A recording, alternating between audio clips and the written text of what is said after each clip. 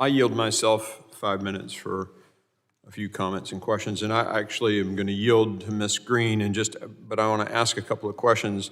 As I understand it from looking at your bill, this just publishes the numbers, correct? Yes, that's correct. So I'll reclaim my time. Does it report any protocols on how these gentlemen or women that are on this list are questioned? No? No. Is it any protocols on how they're identified and detained? No. Okay. So it just publishes the pure numbers, is that correct? Just making sure. Just tells the American people how many SIAs have come into the country. Does it report their names? No. Okay, all right, I yield. Is there anybody else who wants to make a comment about this? Mr. Goldman, you're recognized. Thank you, Mr. Chairman. I think there's actually a lot of ground for common bipartisan effort here. I can assure all of my colleagues that the immigration issue is top of mind, that Democrats are very concerned about whether there are convicted criminals who remain in this country, and because of our immigration laws, including the fact that a country has to be willing to take someone who is removed in order for that person to be removed. There certainly are lots of things that we can address here. Our national security is at a very perilous point. The fact that we are seeing such egregious breaches of security clearance, classified information that warrant members of governments of other countries to start to say they're going to reevaluate their intelligence sharing with us should give everyone in this room serious pause about how we are tackling national security. Now, publishing the number of SIAs, it may be nice to talk about. It may certainly, the transparency is something that we support, but it does nothing to ultimately secure our homeland. And I wish we were spending a lot more time on efforts to shore up our classified information, to shore up our relationships with our allies who provide us with intelligence information so that we can stop a terrorist attack, a real terrorist attack, not a terrorist attack based on alleged accusations of terrorism by members of this committee or members of the White House. You see, you aren't actually a terrorist just because a member of Congress from Georgia says you are. There actually has to be evidence provided to support that. That's how our country works. That's how due process works. That's how the rule of law works. Is the president doesn't get to determine that someone is or is not a terrorist. Members of Congress don't get to determine whether someone is or is not a terrorist. But that does not seem to be something that some of my colleagues understand. There's a reason why we have due process in this country, and you may think that due process is not warranted for someone who is not a citizen of this country, or you may think that due process is not warranted for someone who's accused of being a member of a Venezuelan gang or terrorist organization. But once you start going down that slippery slope, then our basic foundations of due process come undone entirely.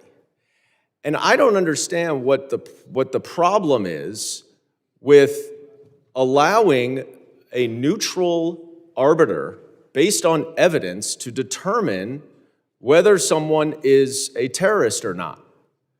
What is the objection that this administration has to presenting evidence to a judge to say, this is the evidence that this person is a member of a particular cartel?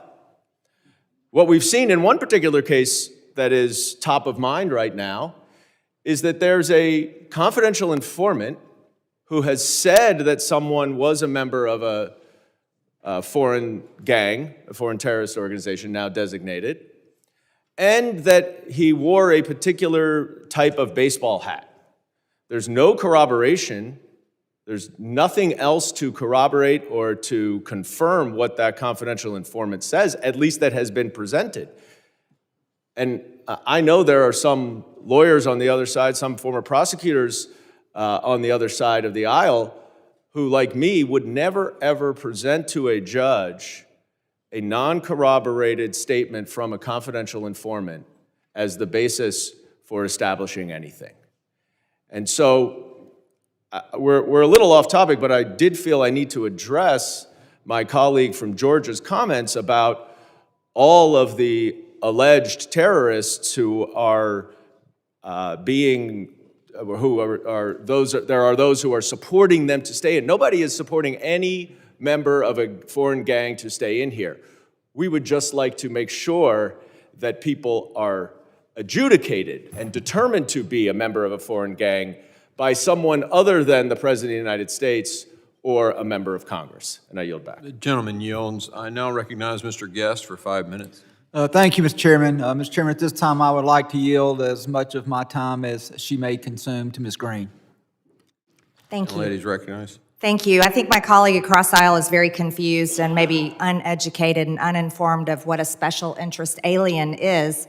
SIA is a non-U.S. person who is based on an analysis of travel patterns, potentially poses a national security risk to the United States or its interest.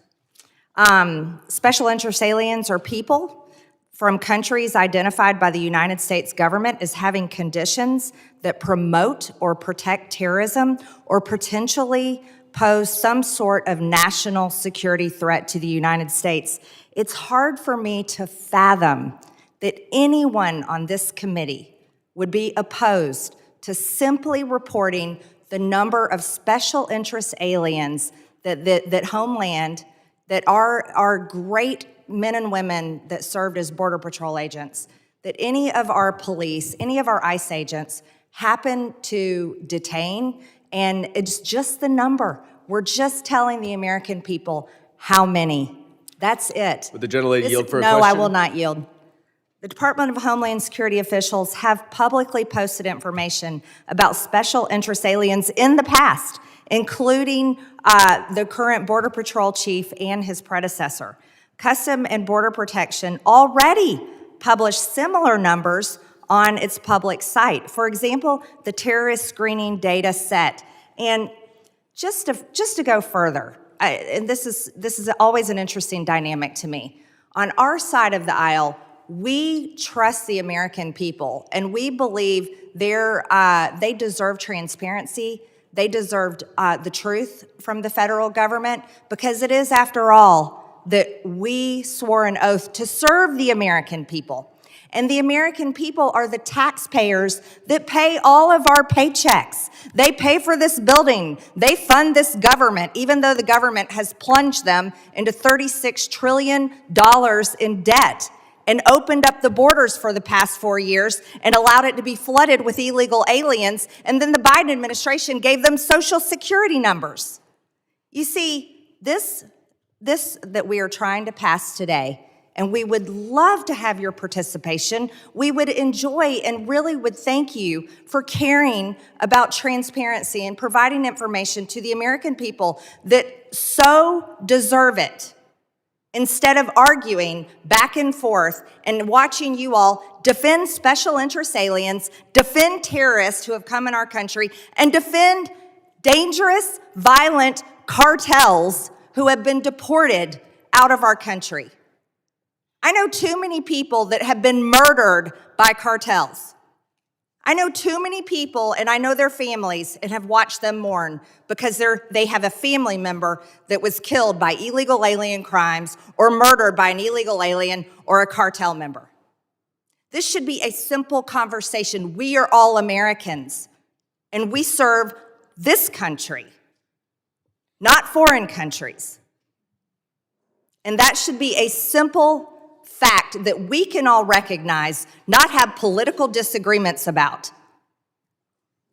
Congress, by the way, has previously released information as it relates to special interest aliens through hearings and committee reports, including the October 3rd, 2024 report from the House Judiciary Committee titled The Biden-Harris Border Crisis, at least 1.7 million potential national security threats.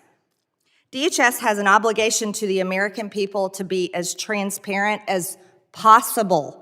We owe it to the American people to be as transparent as possible. This is not targeting some innocent migrant or someone that is seeking to be a citizen of the United States. We're talking about special interest aliens, potentially terrorists, people who are linked to terrorist organizations, people who share their travel patterns, people that all of us should not want in the United States, and the American people don't want them here either. This isn't giving their name. This isn't telling what country they're from. This isn't giving their address. This isn't saying where they work. This isn't saying anything. It's not showing their picture. It's simply saying how many came across the border each month. It's very simple, Mr. Chairman. I yield back the remainder of my time.